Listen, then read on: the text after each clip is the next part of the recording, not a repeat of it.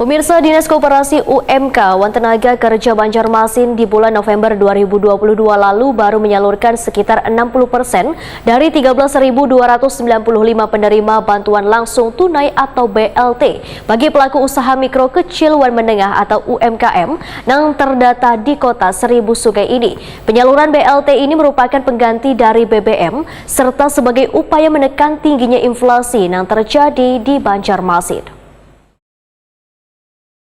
Dinas Koperasi UMK Wan Tenaga Kerja Banjarmasin di bulan November 2022 lalu baru menyalurkan sekitar 60% dari 13.295 penerima bantuan langsung tunai BLT bagi pelaku usaha mikro kecil dan menengah UMKM yang terdata di kota Seribu Sungai ini. Kepala Dinas Koperasi Usaha Mikro Kecil Wan Tenaga Kerja Banjarmasin Muhammad Isa Ansari Wahitakuni Prima TV Baisukan Senin 5 Desember 2022 memadakan penyaluran BLT ini merupakan pengganti dari BBM serta sebagai upaya menekan tingginya inflasi yang terjadi di Banjarmasin.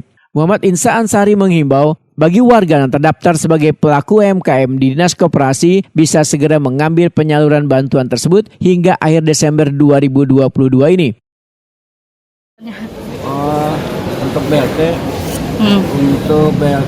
dari Dinas Koperasi kita masih melaksanakan pembagian untuk bantuan langsung terdampak dari kenaikan BBM dan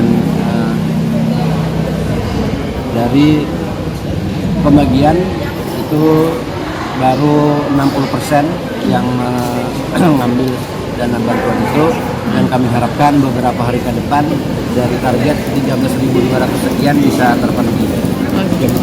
Oke. Sampai saat ini berarti masih proses pembagian? Masih proses. Itu yang di Bank Kalsel itu sendiri? Iya, betul. Dan itu di Bank Kalsel untuk pembagiannya hanya untuk hari Sabtu dan Minggu saja. Sementara ini. Okay. Besarannya berapa, Pak? Untuk satu UMKM? 303 bulan. Kan 60% dari Pak, berarti baru 60% yang mengambil. Masih banyak. 300 itu per bulan, Pak? Atau 303 bulan? Sebulan 100. Sebulan 100. Oh, iya. Sampai Desember.